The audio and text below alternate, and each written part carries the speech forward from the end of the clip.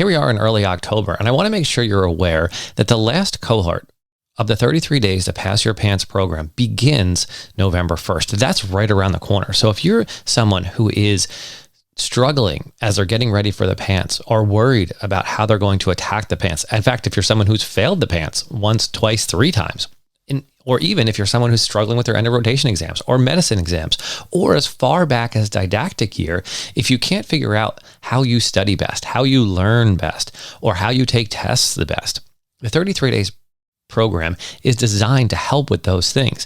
Now, initially, I created it to help students who were struggling with end of rotation exams and on their way towards the PANCE or having failed the PANCE, quite honestly. And I've gotten amazing results. Even more so, over the past year or so, I've had hundreds of students go through the program, and a good number of them are clinical PA students or didactic PA students who have found the course to be incredibly valuable, finding that they're scoring their highest scores on end of rotation exams, on their exit exams, that they've scored throughout all of PA school. And we can achieve that by teaching advanced learning strategies, cognitive test-taking techniques, and then optimizing performance for high-stakes exams. Those are really the three things that I hit on hard in the 33 Days to Pass Your PANCE program.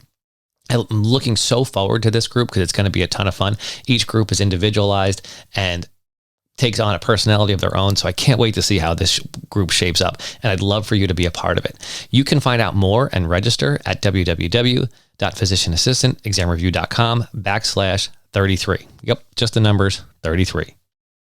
Hello and welcome to another episode of the Physician Assistant Exam Review Podcast. I'm so excited to have you here today. The main reason I'm excited is because of what we have going on today.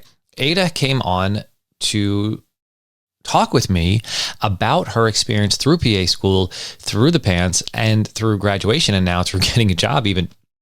And her story is amazing because she had some very unique, and what I found out is not so unique, challenges throughout PA school. And the takeaway I really want you to listen in here is we all have challenges. We all have struggles. We all have things that make our journey different, more difficult, less difficult, different than everyone else. The way Ada talks about handling these challenges, though, and some of the things she had to do and solutions she came up with can really apply to you and your situation, even though your situation may be distinct, may be different. Give it a close listen and see if you can have some things you can take away and use from this interview beyond just the inspiration of hearing Ada's story. All right, let's go ahead and get started. So I have Ada here who came on, who just recently let me know that she passed her PANCE, which is super exciting. And I wanted to bring her on to share a little bit of her story because I thought it might be valuable to everybody. And I know it'll be valuable to everyone because her story is a little bit different. That means that all of you out there who think that your story is a little bit different, right? We all have different stories, but there are similarities and threads throughout that are incredibly valuable. So if you don't isolate yourself and say, well, my story is different, I can't do it because, I struggle because, but start to realize that, wait, there are a million different people going through this a million different ways. And certainly you can learn from each and every one of them and apply those principles to where you are now. So anyway, without me talking anymore, I wanted to jump in and get started with Ada. Welcome aboard. Great to have you. And congratulations. Thank you. I'm very excited. All right. So let's start at the beginning. Before we get to the exciting news of passing your PANCE and getting that C after your name, let's start at the beginning. Tell me about just applying to PA schools, deciding where to go, and that big first day of when, first getting that letter of saying you were accepted, but two, walking in the first day. Walk me through that process a little bit. So the application process itself was a little bit challenging. I started the application process in 2020 when the pandemic hit. So there was a lot of unknowns. I had to do all my interviews remotely. I had to change my applications a little bit. Everything was just uncertain at the time. So there was a learning curve there as is, and it was my first time applying. So I didn't really know what to expect. And the pandemic definitely didn't help. And then to make things better, right, the cherry on top, this is the part of my story. I got pregnant. I had gotten married, and 3-4 months into our marriage, pandemic hits. And then a month after that, I find out I'm pregnant with my first time, right? Thanks. But it was quite a humbling experience, to say the least. And, obviously that concern of potentially not getting accepted because of my pregnancy. And obviously there's a lot of qualified students. So you always have that concern of, yes, I may be qualified, but knowing that I'm pregnant coming in with a new child, obviously and understandably, programs would probably be concerned. And that's exactly what happened. And obviously, with that in mind, I knew I had to stay local because I had my parents here and my husband's parents here. So staying local, I knew would guarantee a higher success if I did end up getting into PA school. So my list of programs to apply to became very narrow. And I had been told by many, you should apply to at least 10 programs if you can, because that increases your odds. And here I was applying maybe to 4. But thankfully, I got in. I was very excited and I was holding my newborn. She was just a few months old when I got my letter, and I couldn't hold still. So I actually drove to campus that same day. Wow. And I was trying to figure it all out. Campus itself was about like a 2-hour drive from where we are at locally. So I knew there was going to be a learning curve there. But the very first thing I did was, knowing that I had a newborn, a husband, figure out what was my next step. I knew I needed to set some things straight when I got started. I knew I needed a plan. Who was going to have my child at home? Who was going to have her in the afternoons if I needed to study? And what our routine would probably look like. Always being aware that I needed to be flexible, because I knew that changes were coming as it went, right? But planning ahead really, really, really helped, because with a child and a husband, it isn't about me anymore. And I knew that I needed to pretty much fit school around my family rather than trying to fit my family into school. And it was a learning curve for me. I as an undergrad, I have 2 bachelor's degrees. So I was used to having a job full time and going to school full time. And I kept telling myself, this should be fine. Sure, I'm sure there's going to be a learning curve, right? It'll be okay. But I felt like I was okay in that sense, because I felt I had already an edge with working and school and having a lot of things in my plate. But it was a humbling experience. I had to humble down a lot. This was a completely different monster. Handling how to be a wife, learning how to be a wife, learning how to be a brand new mom, learning how to be in PA school. And I had a year gap before I went back to school for my master's. So learning how to study again and learning how to study for PA school specifically is completely different. So there was a lot of learning curves and a lot of humbling I had to do, but it was all worth it at the end. That's amazing. And what's amazing to me is that I know how difficult PA school was for me. I know how difficult it is for a lot of people. And I look back and say, holy cow, I had it about as easy as anybody could have it. I was married, but my wife was very supportive. She had a job. It was about as good a situation as it could be. And I know how difficult it was and how much time what a time suck it was. But the idea that comes to mind as you're telling this story is the idea that if you need something done, you give it to someone who's busy, not someone who's not busy, because they figure it out, right? That's the people who work and get it done. I also like the line you said about a flexible routine. I'm a big fan of routines, but like you said, and you know this with kids, routines are amazing, and you really need to structure routines for them to understand how things work. And I think we get out of that ourselves, but we do better with that as well.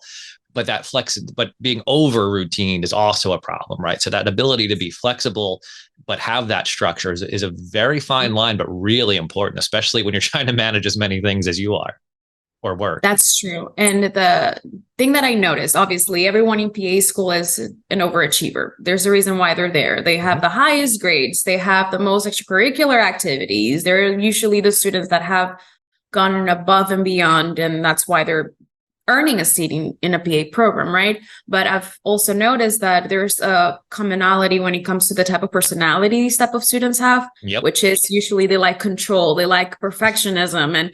And that's what was the hard part for me. That's why I'm saying it was humbling, because I found myself going from having control of my time, control of my schedule, to having no control at all and being okay to be flexible and still try to find that happy medium where I can schedule and make a plan, but becoming comfortable with change and becoming comfortable with my schedule may not work today and having to readjust and be okay with that. And I think that's one of the biggest skills I've earned that helped me through clinicals as well, and will help me as a provider, because that's how the life of a PA is. It changes every day, even if you have a set schedule or routine in mind. So Nope. I have a student who's currently following me around, an undergrad student who's thinking about going to PA school. And he calls me and says, hey, do you have any cases tomorrow? And I say, I have this, this, and this. You're welcome to come, but they all may be off the schedule, or it may be something completely different. I won't know till we get there. And he's cool with that, but that's very much the way that runs. And it's hard. And like you said, because you've been we've worked together for a long time now, but that's one of my challenges, I feel like, is to get across to students that perfectionism needs to go, right? You can't, if you're hanging on to perfectionism, there's just too much to know, too much to learn. And I know it's hard to find that line as well. And it doesn't mean don't work hard. It just means if you're striving, we have a saying in surgery that perfection is the enemy of great, right? Because you're trying to make it so good that you've taken what you've done apart so many times that you've ruined what you have. And it could have been really good or great, but you were aiming for perfect, and it just isn't going to get there. And unfortunately, I say nobody gets a perfect score in the PANCE, right? You get it. We want you to do great, but if you're aiming for perfect, it's really, really tough to get there. You mentioned something as well that I wanted to touch on, is the idea that studying for PA school is different than it was for undergrad. So once you got to school, and obviously you're excited, you've got so much going on, what did you find that made you use that phrase? What was the difference here, do you think? Well, it's a lot of material, right? There's a reason why they say it's like drinking from a hydrant. They are giving you as much information as they can in such a short amount of time that first, just by going to lecture alone is not enough. You have to put the work outside of the classroom as well. And the type of testing that you go through in PA school is entirely different from the type of testing you do in undergrad, which I was not anticipating. So I came from undergrad where, if you read it and you know it, yep, you can compute it into a test, and that's about it, because it's quick recall or it's a quick fact check and you're good to go, right? Very intuitive type of learning. And that's all the learning we do from the moment we start school to graduating from college. And then I start PA school and they're giving me these scenarios with age and gender and all these backgrounds, completely critical thinking. And we were never trained to do that type of testing. So from my first test onward, I knew I needed to change my studying style from what I was doing in undergrad, which was mostly index cards and just repetition, to being more holistic with my studying. So actually, the very first thing I asked my faculty was, how do I study for this? I have a kid at home. I have less time than most students do. Right, sure. I don't know how to study. Right. And one of the things they suggested was to try to study from different avenues. So one of them was through podcasts, which yours was actually highly suggested by my faculty. And that's how I first came to know you. Doing a lot of review questions. And they did advise to do Quizlets or index cards if that's what I was comfortable doing, but being okay changing that if it didn't work. Mm-hmm. So they advised to try to figure out the first month, 2 months of PA school to see what studying style worked for me, and to be okay with it not being what it used to be when I was in undergrad and changing it, right? So at first I started doing what I was doing in undergrad, which was sitting with a notebook and a pencil and trying to write everything that was said by my professors. Right. And I soon realized that's not going to work, right? To reviewing my PowerPoints over and over again until repetition became, I guess I would say, the most crucial part to me. So I would listen to the material, read the material, and see it. So that way I would be able to absorb the material in multiple senses. And then most of the core of my studying, I would say, was with practice questions. And that's how I learned how to do the testing side of PA school. And then also how to recall the information, because it's not just knowing it, it's understanding it. But I would say about midway through PA school, I started exploring a little bit more. And that's when I started engaging with other classmates and started participating in studying groups. And I had a friend tell me something that stuck to me. He told me, you will have time to understand the material. Right now, you want to study to pass a test. And that stuck to me even through the PANCE. Because what you're saying is right. As perfectionists, we want to try to achieve that 100 and that perfect score on a PANCE or every single testing we're going to go through. But sometimes that's not going to happen. So I took that to heart, right? As a mom with a kid and someone that only had time to study when my kid went down at night, right? So while she slept, that's when I studied, right? So I was sleep deprived. I barely slept, but whenever I could study, I would study, and I would try to study to pass a test, if that makes any sense, rather than study to just know the material. There's a little bit of both. And I absolutely agree with you, because I find myself walking a fine line as I teach, is to say, my goal, and I state this very frankly, my goal is to keep you in PA school and then get you to pass the PANCE, because if you can do those things, then you'll be able to do the next thing. But if you don't make it through PA school and you don't pass the PANCE, then none of it matters. So I want you to have a full understanding. I want you to really get medicine. And I teach it from a very holistic standpoint and the big picture standpoint. But quite honestly, everyone's like, oh, don't teach to the test. I sort of disagree, because the goal is to stay in school, right? Exactly. And as long as you're on that path, you can keep working and you can figure it out. If you get off that path, we can't solve it. So there's definitely a little bit of a mindset shift there as to what are the priorities. And I say that over and over when you're studying. What are the priorities? What are the goals here? Well, sometimes the goal is just to get that, that 75, that 84, whatever it is on that particular exam that week, because your kid's sick, you've got this going on, you have that going on. The goals shift. It's not no longer, some weeks maybe the goal is to get 100 and to really understand the stuff, but other weeks that's not going to be the case. You've got 3-4 exams that week, and what can you do? And I imagine that was hard for you as well. And you said you didn't really start working with other people till a little bit further along. Yes. Having that family had to be tough to, spend time at your program after classes and to meet with people and to feel like you had that pull in two different directions. I'm sure that wasn't easy. No, it was not. I was a part of a cohort that was mostly composed of younger, single, available students, right? Aside from myself, there was one other non-traditional student who was a mom, and then that was it. And her and I relied on each other a lot to try to comprehend how we could accommodate our schedule to work with PA school and our family lives. And I started studying with other students a little bit later too, because midway through PA school, my father was diagnosed with cancer. So that was another left field curveball for me, because they were the ones that were taking care of my daughter during the day. And that brings me to, I would say, the second most important component of me being able to go through PA school, and piggybacking on what you were just saying, that sometimes a 75, it's what you need just to get through. That's all you need. It's to ask for help when you know you need it. I was never someone that felt comfortable asking for help. I felt like I could handle everything, and I got to a very low point to where I knew I needed to ask for help. So first I went to my faculty. I told them I'm struggling, right? I'm struggling at home.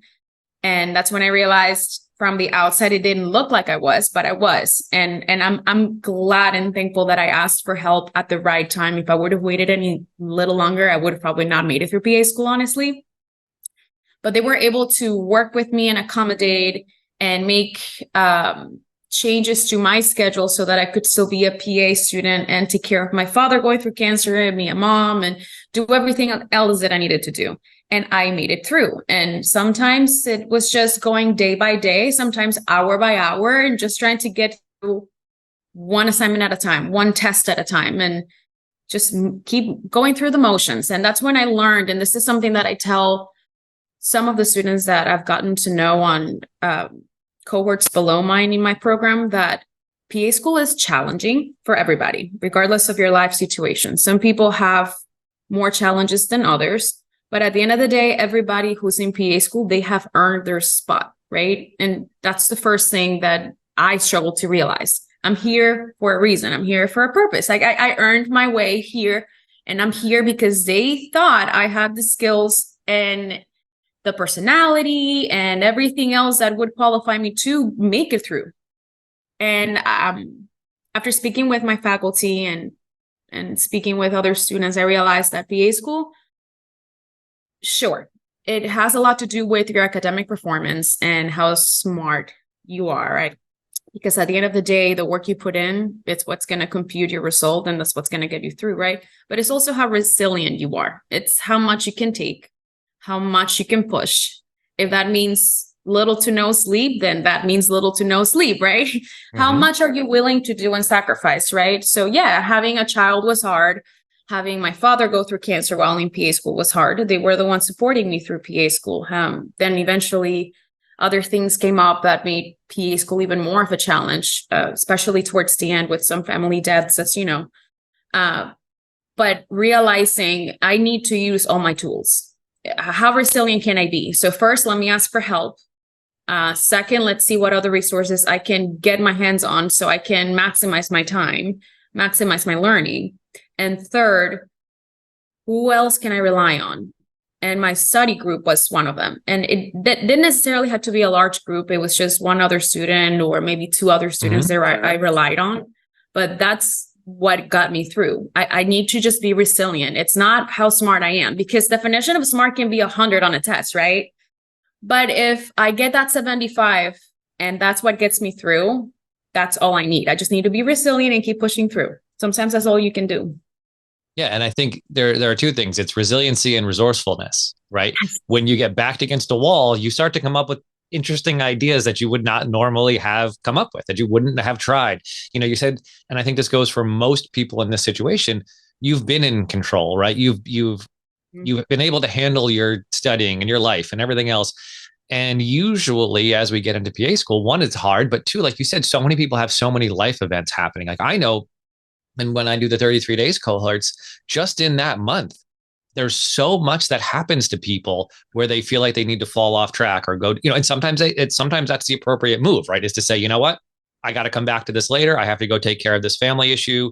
I can't do this now. Sometimes that's not the right move. Sometimes pushing through it is the right move.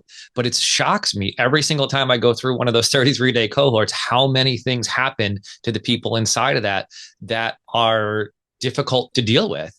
So over the course of an entire PA school, it's almost inevitable that something's going to come up. So like you said, it's how do you handle that? How do you come up with other resources? Are there other people who can help you? And the other theme I've gotten from people recently is that asking for help, right? That they've never had to do it before, but once they get over that ego drain, right? I guess it would be, of having to ask, they're shocked at how much is available, or shocked at how many other people are in that same situation.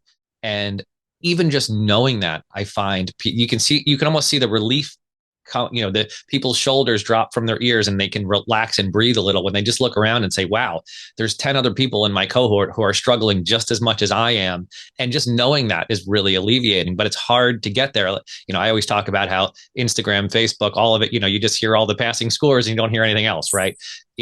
And so that's even more demoralizing. You're like, I'm the only one. And like I said, I get those emails all the time from people and I try to, show them that they're not, but it's difficult. But physically reaching out to your faculty is definitely step one. And I've heard that from a number of students who have said, no, once I did that, I sort of got put together with a group who was struggling or who needed extra time on exams or whatever else. And it sort of affirmed like, no, I'm not the lone person dragging this ship down. I'm okay, but I do need some help. I agree. And you hit on a point that I have stressed to incoming students. It's that PAs can be very lonely if you don't engage. And with someone like myself who was busy at home, I just didn't have the time. And as things started piling up, stress started piling up, and I started struggling, I realized I have no one to go to, no one to talk to. And like you're saying, talking to faculty was the most primary move that I made. They were very supportive, and they actually put me in touch with someone from a graduating class from 2 years prior who was also a non-traditional student who came in with 3 children and a 4th on the way right before graduating. And he was actually my preceptor later on, and now he's a very good friend. But talking to him made such a huge difference. He gave me tips and advices on what he did that worked for him and what I could do to modify things. And this was very early on, towards the end of my first semester. So it was right on time where I still had time to make corrections before I made any detrimental errors into my techniques, studying habits, or lifestyle habits that would have hindered my success in PA school or even my probabilities of making it through PA school. And being able to just have that one other person that made me realize, oh, I get it. Okay, someone else has gone through the same thing. And then later on getting to meet some of my classmates and realizing they're going through some things too made it relatable. And that's why I'm saying it was humbling. That's the way I would describe PA school. It was a humbling experience to realize it's hard. Life is going to happen. You're going to have to adjust, but there's other people out there that are going through the same thing. And to then see all of us going through it and being at this point with our C's at the end of the name is still surreal to me. Yeah. And again, I just think that, like you said, it can be very lonely, especially when you're not someone who would reach out for help. You're not someone who would talk to other classmates. And what a difference it makes with just that one voice that somebody else was struggling. And again, I want to go back to what I said at the beginning of this. If you're listening to this and you don't have children, but you have some sort of other issue, like, of course, everything we're talking about still applies to you, right? There are so many different reasons why your time could be filled up, so many different reasons why you have other issues going on during PA school.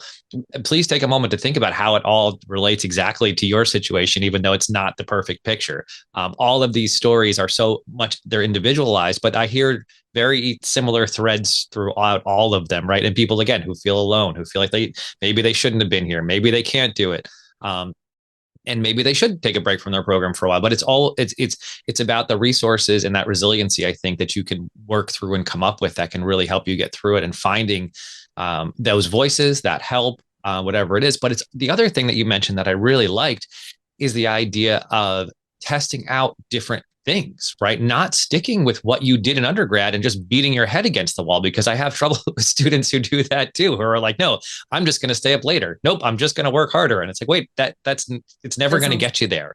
And hard work is the entry ticket, right? If you're not going to work hard, well, you're not going to make it anyway. So that's absolutely part of this. But if you just keep banging your head in the same exact fashion, working as hard as you can isn't going to change it. You have to be, and I love that your preceptors and your faculty said, listen, try this method, but try it for 2 weeks, try it for a month. If it doesn't work for you, then try this method. But don't jump day to day, and don't never try the next thing, but see what works, see what you like, because everybody's a little bit different. And there's so many different ways to do things. But if you don't test and try things, that's how I got through PA school. I spent my didactic year with 300 different ways to do things, thousands of index cards, different methods. And it's honestly where physician assistant exam review was born, was in me testing a million different things on myself and finding out, hey, questions work great for me. Flashcards work good for me. This doesn't work. You'll never see me do mnemonics on the show because mnemonics do not work for me. I know that a lot of people love them. I spend more time trying to remember the stupid mnemonic than I do with it helping me on the other end. So everybody's a little bit different, but it's that multiple testing of multiple things that I think you mentioned that can be very powerful for people and keep them in the game longer than they think. I agree. And not just learning how to study for PA school, but learning how to study per subject. Sometimes each subject requires a different studying style. And I had to learn that midway through PA school. Not all resources that I used for one class necessarily applied to the other. So learning what worked for me, but also what worked for each subject. I was a huge supporter of your content. Your podcast is what I would listen to solidify my information. And if I didn't have time to sit down and read a textbook, which, let's be honest, if you're able to sit down and read a whole chapter for a lecture coming up in PA school, you're lucky. I didn't have that blessing or that luxury. So a lot of the time, all I had was my earbuds and you talking to me through the material. And then eventually getting your final step to pretty much go back and question myself on every single subject. Sometimes that's all I had time to do. And I passed all my tests. And then also reading and supplementing with my PowerPoints. And it became a lot on how much can you expose yourself to the material. I had classmates who struggled. Unfortunately, some of them that didn't make it through past the first semester. Our cohort of 30, only 26 of us got to graduate. Wow. And they were all smart individuals, but they just couldn't figure out what worked for them on time. And that's when asking for help and getting your resources suggested to me by faculty made such a huge difference. So and I like what you said there about they couldn't essentially they couldn't figure it out in time. It wasn't that they wouldn't be able to Yes. figure it out. It wasn't that they weren't smart enough. It wasn't that they weren't good people. It wasn't even that they wouldn't make great practitioners. It's just you have a window to figure it out. Yeah. And that testing period, and when I say testing, I mean on yourself, right? And figuring out. And I love that you mentioned that each class is different. I struggle a little bit when I teach because I teach a very specific way. I teach medicine a very specific way that doesn't doesn't really apply to, say, anatomy class, or doesn't really apply to a biology class. The learning principles are the same, but the styling is different, and how I would go about studying for it and preparing. Because the other thing we've talked about too is in PA school, you're studying to learn, but you're studying, we said this, you're studying to pass tests. So it's studying geared towards an exam, and ultimately geared toward the PANCE. So it's not just open-ended learning, open-ended studying. It's with a very specific goal in mind. So again, I go back to, what are my goals? My goal is to pass the next test. My goal is to pass the PANCE. How can I study this material in a way that will make it available to me on an exam? So when I talk about test taking skills, it's hard for me to separate that from study skills. And I wind up teaching in a loop because they're very combined. And I think that takes people a little bit to realize they're not separate things, and how to handle that. No, I agree. I completely agree. And that was a learning curve for me as well, because I came into PA school thinking I'm going to learn how to be a provider. And didactic year is not about learning to be a provider. It's about learning the facts, Right. learning how to take the tests so that when you get to clinicals, then you can learn how to be a provider at that point, but also know how to pass a test like the PANCE. That's a very hard test. It's a test that's draining. And again, going back on that point of resiliency, it's a test that towards the end, that's when you're really tested, right? When you're tired, when you no longer can read any print and your eyes straining from the screen, it's just burning your eyes and you don't understand anything you're reading, right? But it's exactly what you're saying. The program is there to teach you what you need to pass the test. Everything is a stepping stone. You will learn how to be a provider in time. And also understanding that depending on the field that you end up working in, all this information is important and crucial, but you won't know how to be a provider until you actually get out there and you find your field and your passion and you become specialized in that area. So sometimes it's just understanding this is step one. I'm going to learn how to study. I'm going to learn how to study for what works for me, what works for every subject, so that I can maximize my opportunities to keep moving forward. Learning how to test, because again, testing in PA school is completely different from anything I had done as an undergrad. And then testing for the PANCE was something completely different from anything I had done in PA school. So it's always a learning curve, right? But it's understanding and being patient. It's a step-by-step process. And then if you take one test at a time, sometimes one assignment at a time, you'll eventually get to where you're at. Just going through the motions sometimes is all you need to do. Yeah. And as much as it might sound sad to some people, I 100% agree. Some days it's move to the next step, move to the next step. Not every day, not every lesson is going to be great. You know, you'd love them to be. It doesn't work that way. Not over 2 years. So let's move into a little bit. You talked about learning to be a clinician and rotations. Let's move on and talk a little bit about that experience for you. How was your transition from the classroom out into the field? It was exciting. Obviously, it was exciting to not be sitting down all the time anymore and to actually be out there and put what you know into practice. For me specifically, it was a little scary as well because I didn't have the ability to relocate. And when you're in clinicals, you have to be open to being placed into any rotation site that's available. And I had classmates that did have to relocate. So I had to work, again, building that relationship with the program and the faculty. I had to work with my faculty very closely so that I could ensure I would be home. My daughter was 1 by the time I was done and starting my clinicals. So she was still little. And I want to pause you there for just a second because I want to make sure people pick up on what you said. You didn't storm into the office and say, I can't do rotations away from home. That wasn't how you handled this at all. And I think that's important to note because you will get people who will say, oh, they were such a pain. They wouldn't let me X, Y, Z. And I have this discussion with my 12-year-old and my 14-year-old all the time. There are ways to handle these situations to increase your odds of getting what you want. And there are ways to handle them which will not get you what you want. And it sounds to me like you did an excellent job of showing, listen, I'm responsible. I get everything done. I do my work. I show up when I'm supposed to. These are the challenges I'm facing. Can you help me? As opposed to going in with your list of demands. Exactly. Everyone in every single PA program is working for your success. If you voice to them the needs you have and you voice to them the things you need and you ask for help, they will do everything they can to help you. And I think a lot of students don't know that. And I think they should. That if you were to just communicate where you're struggling and the things that you need, they will do everything that's in their power to help you. That doesn't mean that they will accommodate to all your needs, because it's everyone that has needs. Everyone's a human, everyone's going through the same experience, but they will work their hardest to try to accommodate for you. So by telling them in the first few months of PA school how I was struggling and them getting to know me, going into clinical year, they were already aware that my situation may be a little bit different from other students, just like other students' situation may be a little bit different from mine, right? So they were already aware of what would work best for my family dynamic. But exactly what you're saying, sometimes it's not what they are willing or not willing to do. It's what's available. It's what they can do to accommodate, not just for you, but for every single student that's on that same boat that you're on, right? So yeah, I went on to them and I asked them if any sites were available that were within a certain parameter to please consider me for them. And sometimes it worked, sometimes it didn't.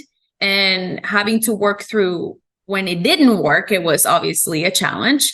And again, it's that concept of learning how to study. How do I study for this rotation versus this one? How do I study for a rotation I have to drive further than a rotation where I'm not in clinic every day and I'm available at home most of the time? But voicing those needs to faculty and asking them, how can I study for this rotation if it doesn't work, say, with the driving distance, or if it doesn't work with my family dynamic? And then they usually do have resources. They have stories of students that have been on your same boat, and they can tell you what worked for them. They can make suggestions. They can put you in touch with other students that are either going through the same thing you are and you're unaware of it, or students that have gone through it already, and then they can give you input and insight.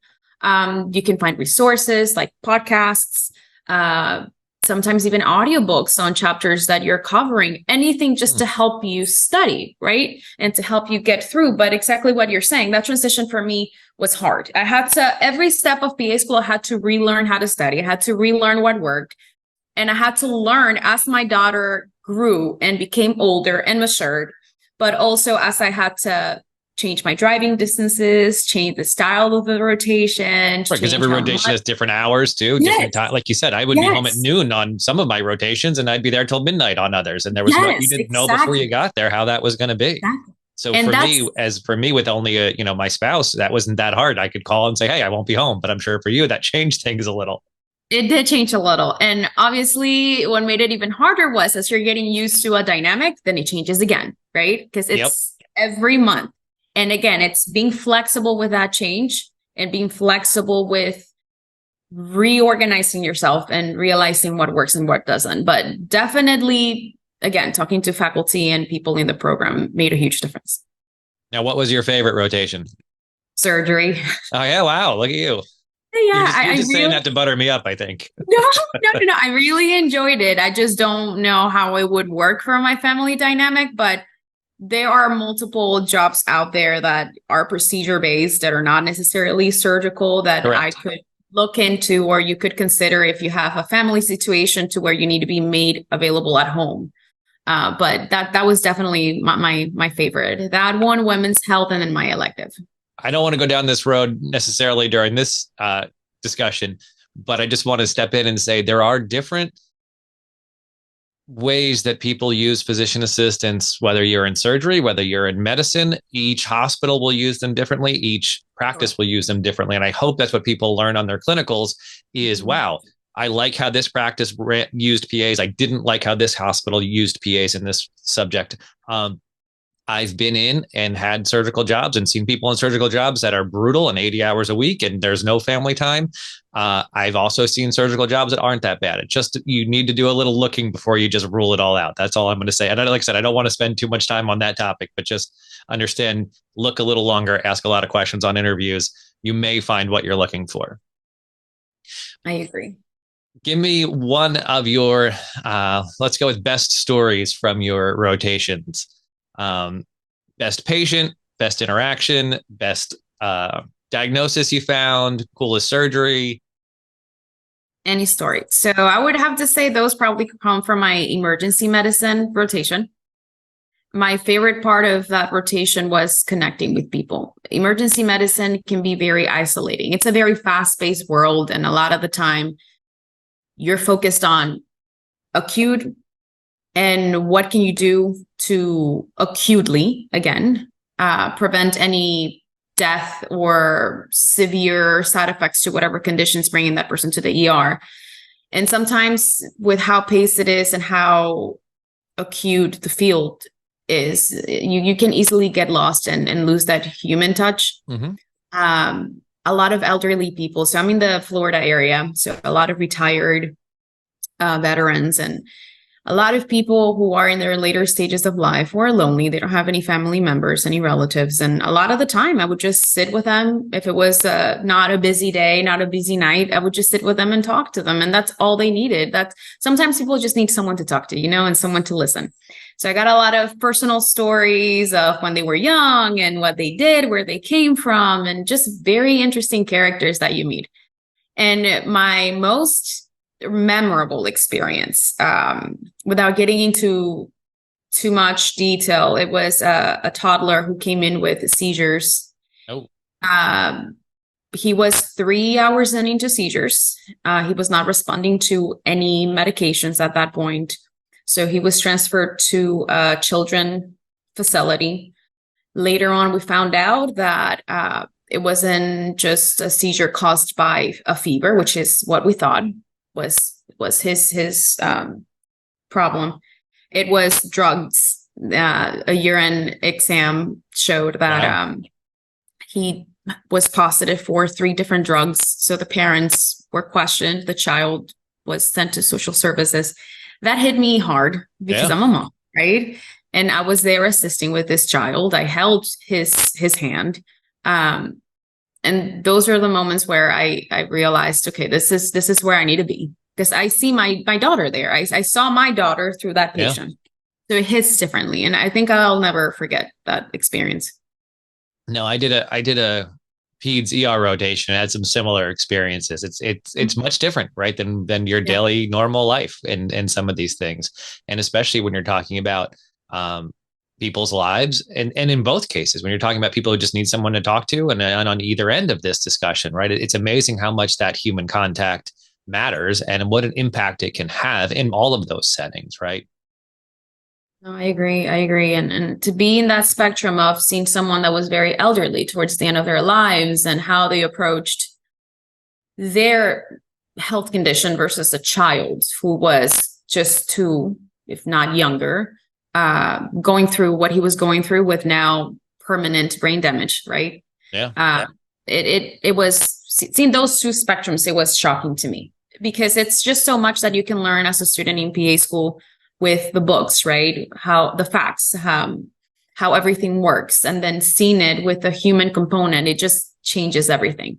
And I have to say that's how I learned the most in PA school, was through my clinical rotation, actually having a name and a face to a condition I read about when I was in undergrad. And that's actually the information and the people I would think about when I was on my PANCE, these patients that I met, the patients that I saw, the experiences I had. And I'm obviously just right out of school. I'm not a provider. I haven't started my career yet, but I can only imagine that only becomes a stronger association with the more patients you have and the more years of experience you have. And eventually when the PANRE comes around or recertification comes around, your approach to that test will be completely different to all the tests you had. It's just a continuous evolving learning experience, especially. That's important to note, that the whole point of this is to learn and grow, right? So you need to be uncomfortable and pushed out of your comfort zone. Of course, people say like all the time, no, this was an uncomfortable situation. This was hard. Well, yes, that's what you signed up for. Like that's exactly what it is. Yeah, 100%. But yeah, and that's what you're supposed to get out of clinicals, right? Is those stories are, I have a story I tell from being in the ER of a resident calling me in to see a patient with impetigo, and I'll never forget what her face looked like. It's 100% honey crusted lesions. Like there was no other description for it, but now I have that in my head, which I normally didn't make any. There were words I had memorized, but they didn't mean anything. They didn't hold any substance. So that's a big part of what you get on clinicals. I think people discount clinicals a lot in the sense that, one, you get all those stories, but two, like I said before, you get to see how PAs practice at different locations. You get to see how different jobs work.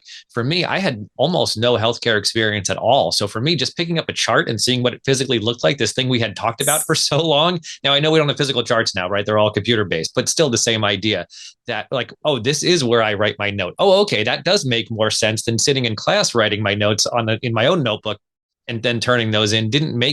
Just didn't feel anything, where then getting to do it in the clinical aspect made a huge impact on me. I agree. And I have to say, and you've touched this point before.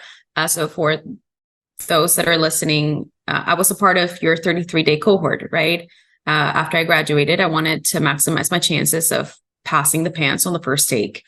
And one of the things that you always touched on and brushed on in your lessons was sometimes abstract concepts are hard to remember because you have no memory cue associated to them. Yeah. If they're abstract, like pharmacology, you cannot remember them as easily as you would with a certain disease, like you're saying, impetigo, something that you can visualize and see. And I think that's the part about clinicals that made it so crucial to me, where I could turn abstract concepts into a face, into a patient, into a disease, into something I saw, into an experience.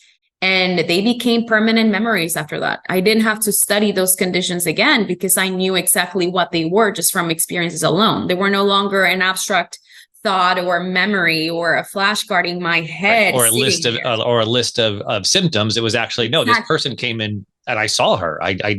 She, but it's also being smart enough and flexible enough to grab that experience and focus on it and hold on to it instead of just letting it fleeting by and run through your day and get home and actually kind of not get that much out of it, or say, geez, I don't want to be in the ER. This is stupid. What am I, this is a waste of my time because I'm going into surgery or whatever else, but getting as much as you can from that situation and not wasting those interactions, because people do that too, and I was as guilty as anyone. I knew I was going into surgery. So at my psych rotation, I was not interested in being there. That's going to be normal for people. But like you said, that's where you solidify that stuff. I agree.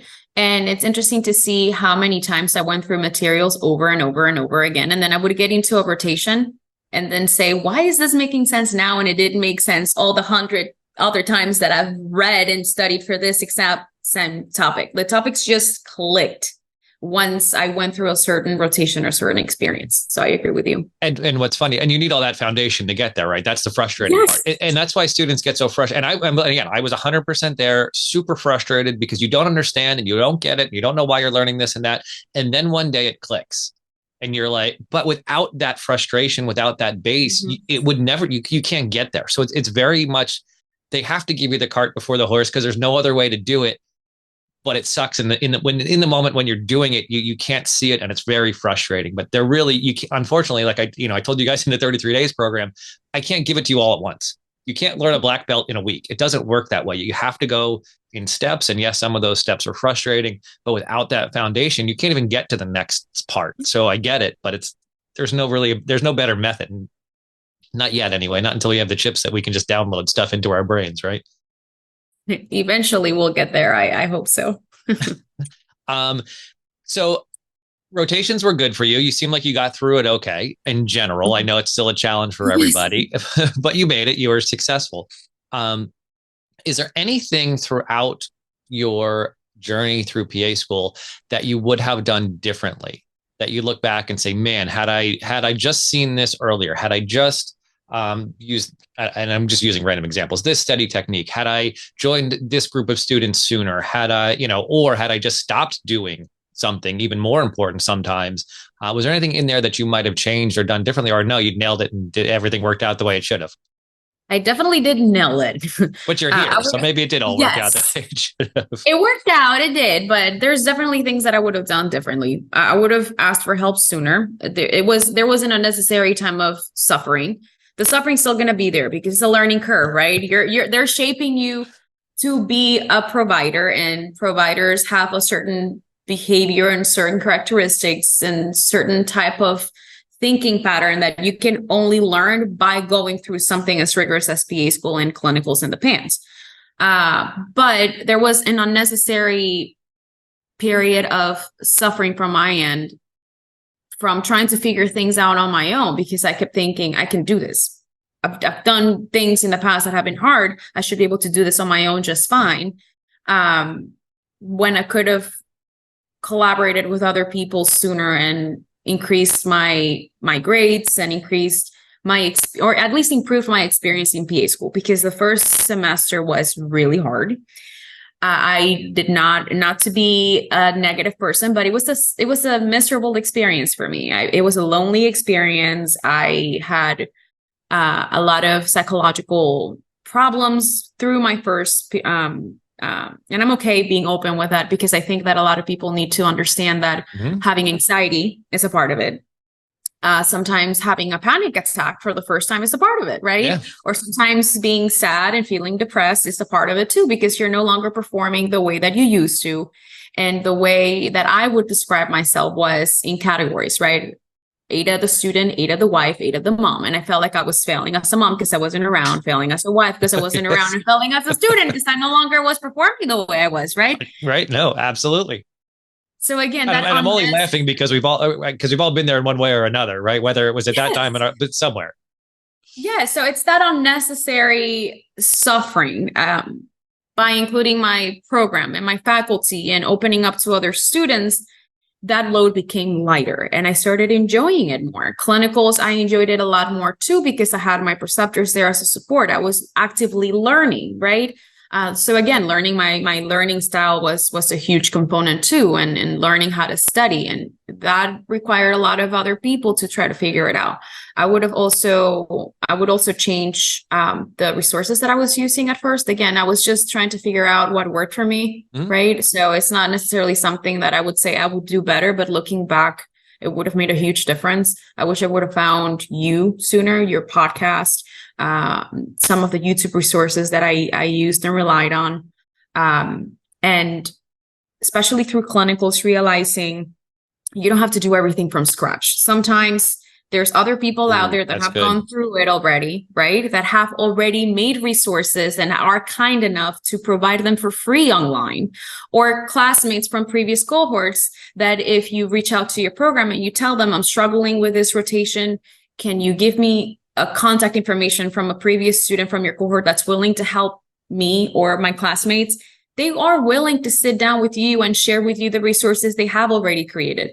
Because I spend a lot of time trying to make my own study guides, my own documents, and sometimes you just don't have the time for that. So piggybacking on the hard work of all your classmates, and eventually not just myself, but everyone in my cohort learned this trick, that if we just create a shared document and we all work together to create a one review, it just made a huge difference, because we were learning, right, as we were working together, but also it's a shared effort. So that being said, I would have probably used more resources rather than trying to trying to do things on my own, because I can do it and I've done it before and I should be able to still do it, right?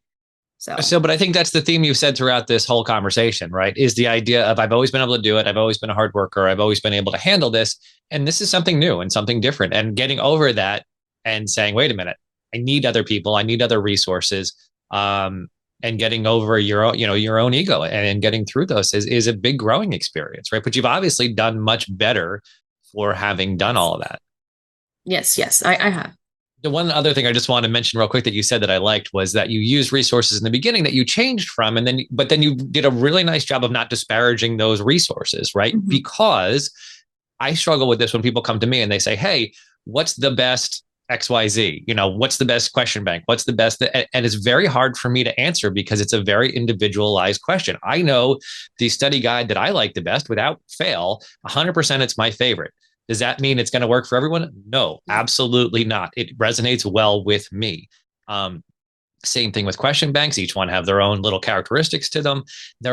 And the good news is most of those resources are really good. There's very few that I would say don't buy this one. That doesn't really exist out there because it would be gone so fast it wouldn't matter. But the answer is find what works for you. And I think those are the two really good themes we've hit on today. One is ask for help if you need it, find other people, find other resources, be adaptable, be willing to change, but also find what study methods work for you, find what test taking methods work for you, find what resources work for you, and be willing to grow and change with that. And again, and just like you said, throughout the program, right? It's not the same from physiology class to genetics class. You have to be a different person in medicine, and then you have to be a different person when you go to your surgery rotation. You have to learn and grow because each one is different. And I know, especially on rotations, I get that question a lot also. How do I study for my surgery EOR? How do I study for this? And it's very different and very difficult because all those experiences are so different from each other. But again, that's why you're there. No, I agree. And I think the most important thing that I can share is with that change, you're also changing as a person, right? And when you get into PA school, when you start going through PA school, you're no longer the person you were when you were in undergrad. You're no longer the person you were when you applied to. You're no longer the person you were when you walked through the doors of your PA program the very first day. You change every day. You change with every single test. You change with every single class. You change with every single experience, every single clinical rotation. And the reason why I want to share that is because I struggled with that. And I took every failure. I say failure because it wasn't necessarily failure. It was a learning experience. And I'm here at the end of everything. I'm here, right? But it's easy to only take those experiences into account, the ones we consider negative, the ones we consider a failure at the time. And to have that change the definition we have of ourselves, right? And to have that define how we see ourselves. And that affects how you perform as well. So to be okay with, you were a high performing student and now you're getting a C or 2, that's okay. That doesn't necessarily translate into you being a quote unquote bad student or quote unquote a failure. At the end of the day, when you graduate, when you get your C at the end of your name and when you start working, no one's going to ask you what was your second exam grade in physiology 1 right. or anatomy. They're not going to ask you what was your PANCE score. They may or may not. I don't think they will. It's very unlikely that they will, right? My first job, the surgeon I worked with just needed to know I had the right letters after my name, and then he was happy. That literally, that was my interview with him. Was you've got the right 3 letters after your name? Let's get started. Exactly. And at the end of the day, you're just trying to get through. But if you let every experience in the way change your definition of yourself, you will have the PAC at the end of your name, but you won't feel like a success. And sometimes that's where the mental health component comes in. A C is just a part of the process. I had classmates that were on academic probation because they have very severe family circumstances that they had to go through during their journey in PA school, and they have a PAC at the end of their name. But through the program, that changed how they view themselves. They stopped viewing themselves as a successful student and started seeing themselves as a failure. They started seeing themselves in a negative light. And they're still PAs. So to take every experience at first face value, to not internalize them and to realize this is just a part of the process. This is just a part of the journey.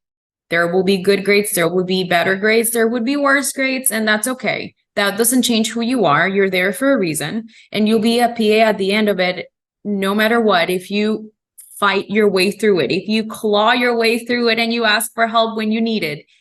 And if you don't need the help, then you're okay, then good. That's good for you. At the end of the day, you will be just as successful as the person that needed the help, as the person that needed the classmates to rely on and to study with. At the end of the day, it won't matter. Everybody's going to be sitting in the same group, receiving their diploma with different struggles, but in the same place. So. Great. All right. So let's talk a little bit about your PANCE. Leading up to it, your thoughts on the journey just beforehand, your thoughts on walking through the door that day. Let's talk a little bit about that. For my PANCE, I decided to wait a month after graduation to give myself some time to figure out family dynamics. My husband is now going through school as well. So figuring out what things look like at home, and then give myself some time to study, right? I know that it's advised for students to take the PANCE right out of school as soon as they graduate. That's what I was trying to aim for, but then we had a death in the family, so I had to set some time aside. And to realize that although most of my classmates were taking the PANCE right away and that I couldn't, it did hit me mentally. I started questioning if it was the right choice to wait or not. But at the end of the day, I needed to do what worked best for me, right? I didn't want to do what the masses were doing, but what worked for me individually. So was that, I'm sorry to interrupt, but was that good or difficult as people started getting their scores back and you hadn't taken your test yet? How was that experience? Very difficult. Very difficult. See, in some ways it should be uplifting, right? Because you're like, oh, my program did a great job getting us ready, so I should be ready. Yes. No, it was uplifting in the sense of there was a part of me that was saying, well, if they did it, I know I can do it, right? And it's unintentional, but you also cannot help comparing yourself with your classmates. Yeah. But I do have to say that I had to shut down social media platforms entirely that month leading up to the PANCE. Because a part of you is always going to be optimistic, but then a part of you that you don't control is always going to be questioning, okay, but what if I'm the one student who doesn't pass, right? Absolutely. No, there's no way around it. That's why I'm asking, because I see myself there. Right. And my problem was I had never taken the PANCE before. I didn't know what to expect. There was a lot of uncertainty. So seeing most of my classmates going through it, passing it, and see how excited they were, and then questioning, oh, Lord, I decided to wait 1 month. I don't know if this was the right choice or not. So I figured, you know what? No more social media. So that was the first thing I did. I cut myself out of my cohort, cut myself out of social media so I could focus better on my mental health, my family dynamic, and things we were going through at home. I joined your 33-day group, which made a huge difference on my anxiety leading up to the PANCE, because it's a high stakes exam, right? Yeah. And you've worked so hard. You have so many student loans leading up to this one test that makes it or break it. That's how you feel, right? We know that you can retake it. We know that you can retest, but mentally you're saying to yourself, this is it. I need to put everything out there. I need to do what I have to do to pass it.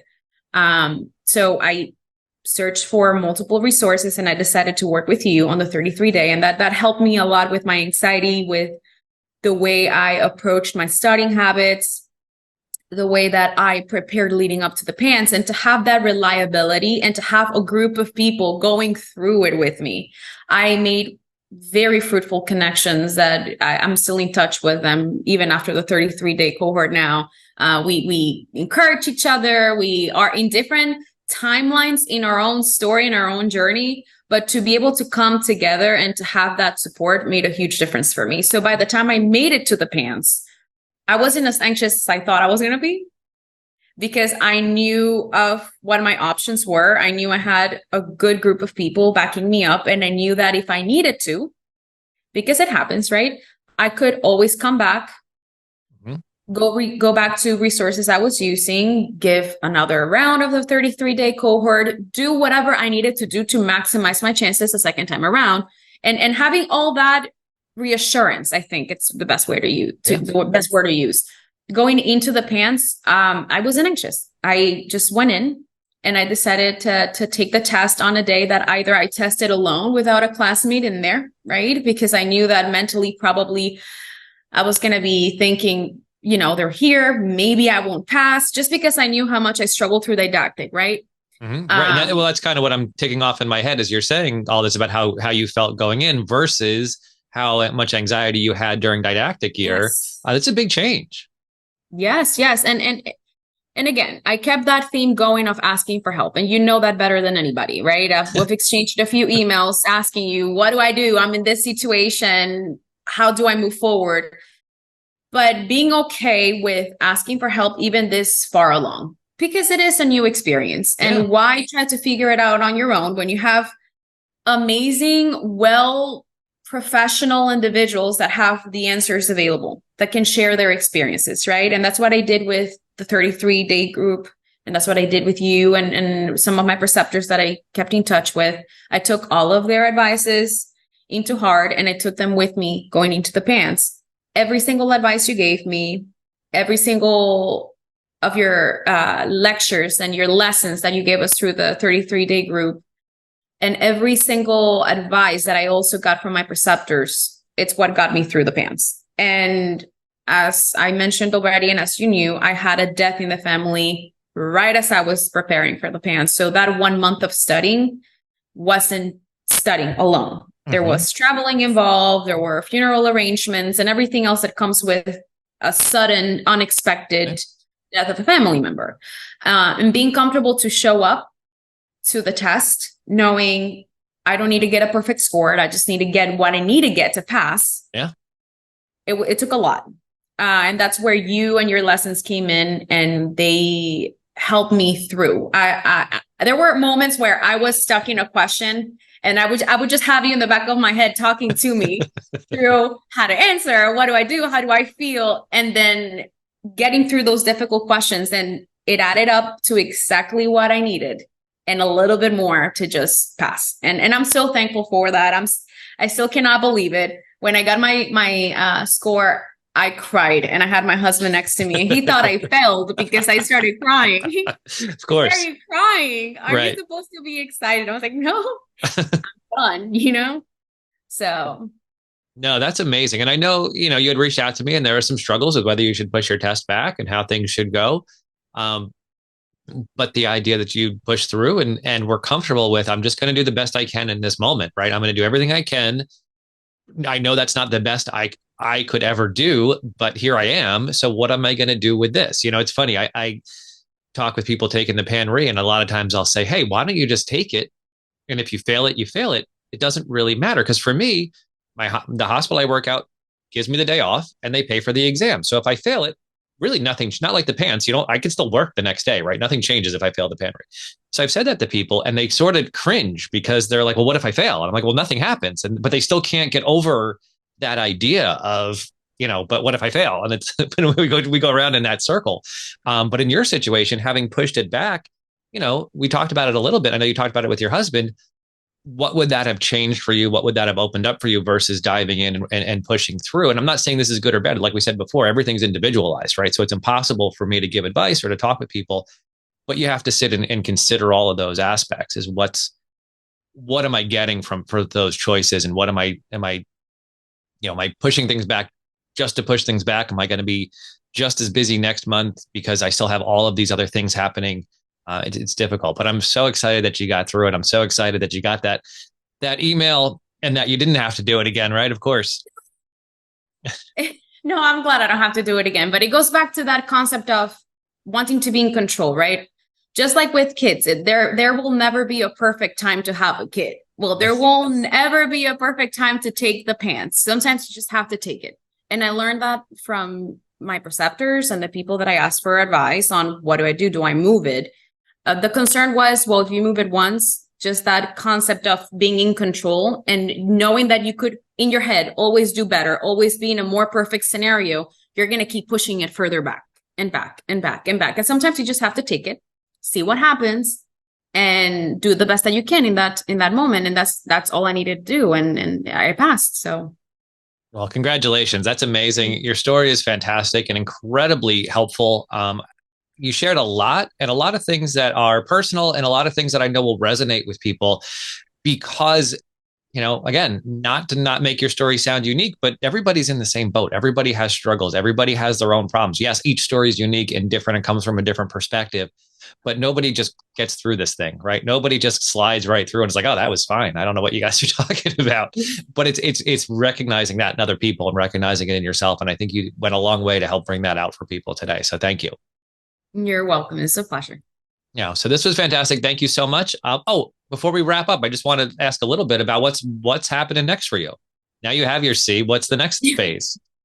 Are you just taking it easy for a little bit? Yes. So actually, I'm working on my licensing paperwork for the state of Florida, and I'm okay just being home for a little bit. I'm not anticipating being home for a while, but even if it's just giving myself a month to meet that need of being a mom and meet that need of being a wife, because that's a big component of who I am as a person. I'm a very family oriented person, and I felt a lot of mom guilt and guilt of setting aside some family milestones and birthdays and holidays, right? I just wasn't around. For 2 years, I wasn't there. So giving myself that month to just be at home, or month leading up to the application process. So let's say 2 months rounding up until I find a job. That's where I'm at. I do have some jobs lined up. But again, with that licensing paperwork, most companies prefer to wait anyway. So it's that happy medium where I'm just at home. But that's also something important to throw out there. There's going to be, not that I necessarily struggle with this, but I have classmates and people that I know that didn't go to my cohort that struggled with this. It's that idea of, I need to have a job right out of school. I just need to have a job as soon as I'm done. I've had preceptors tell me, take the month off, because once you start working, you're done, right? Right? You've gone through 2 strenuous years of school. And if you need the month to catch up on your health, catch up on things you have going on in your personal life, do it. And it took some time for me to agree to that. I had some jobs lined up that I decided to, some of them turned down, others to postpone, because of things I knew I needed to fulfill at home first. But it's that concept of, just because some of your classmates have jobs lined up from clinical rotations and you either don't, or you decide to wait, doesn't necessarily mean they're going to be better providers than you are, because I know some people struggle with that. So I decided to just be at home, be with my family, and then work on my licensing paperwork, and then look into some of the job offers I have lined up. And it's also what the added stress and the difference for some people, not everyone, having that process and getting ready for the PANCE right at the same time, and being worried, I have a job, and if I don't pass it, am I going to lose my job? That can either be, and again, we're all individuals, right? So that can either be something that gets you through and motivates you to study and gets you ready and is really helpful, or it can be something that adds to your anxiety. And hopefully, and I say this a lot, you learn as you go who you are and how these things affect you, and you do them accordingly. You don't just follow what you think all your friends are doing or what everybody else is doing, but you think for a minute, how is this going to affect me? Do I need a job financially right away? Can I wait a little bit? Is it going to ruin me and my anxiety if I do this now? Plus, it's going to add interviews and a whole nother thing to my plate. Or can I wait a little bit? And is that better for me? There's no answer here, but just being aware. Just doing that self-analyzing and self-growth. I think that was a major component for me going through PA school as a non-traditional student in my 30s, was just to learn to rediscover myself, and using the new person that I am as a future provider. You're hitting on the nail right there. And an important part for me is to find also the right fit, right? Not that I would know right away, just from my first career experience, what the right fit is, but not just to settle for any job, actually seeing what works for me, seeing the details of the job, the requirements, see if it'll work for me, if it's something that will fulfill me. Because sometimes just settling just for any job, just for the sake of saying you have a job, may not be necessarily something that will work for you later down the road. And then there's consequences that come from that, right? Yep. Looking for the next one 3 months later is I talk to people all the time who have that also. Yes.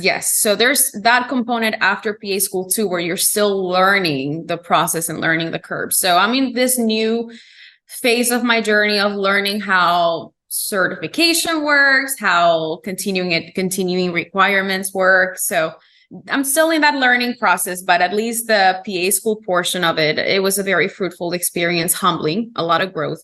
And it just brought me closer at the end of the day, closer to my family, which is ironic because I thought I would be further away from them, right? But it was fruitful. And I'm thankful for the people I met in the way. I cannot say that I made it this far just on my own. There were a lot of people that were involved that supported me, you included. So I appreciate you and the people that I met through you. Everybody added something to help me get to where I'm at. Well, that's great. I think that's a great place to close this out. Thank you so much again for participating, for sharing your story. I think it's going to have a huge impact. And congratulations. And I look forward to hearing about your future success. Thank you. Well, that was fantastic. And I was thrilled that Ada came on to share her story. I know she wanted to be as helpful as she can to the entire community. She felt very alone during PA school. Not to say she didn't have help. She did. You heard her say she reached out for help and got it. But for the people who aren't doing that, for the people who aren't looking into resources available to them, there's so much to learn from this interview. It might even be a good idea to go back through it a second time. I know I was taking notes as we were talking because she touched on so many good ideas. Ideas like rigid flexibility and constantly be testing out new ways of studying for different classes, even different. You have to use different mental tricks, neural pathways, however you want to state it, for different classes. It's an absolute truth. And I love that she touched on that. There was just so much in here, too much to recap quickly here. But I do want to just say, maybe it's worth going back through this one with a pen and paper in your hand and taking down some notes. She did an amazing job, and I was thrilled to have her aboard and very thankful she came on. All right. If you'd like more tips, tricks, and daily emails from me with all kinds of amazing stuff, just go over to www.physicianassistantexamreview.com/54, the number is 54, to get the 54 study tips guide that I have available for you. You can get it right there at www.physicianassistantexamreview.com/54. All right. Until next week, take care.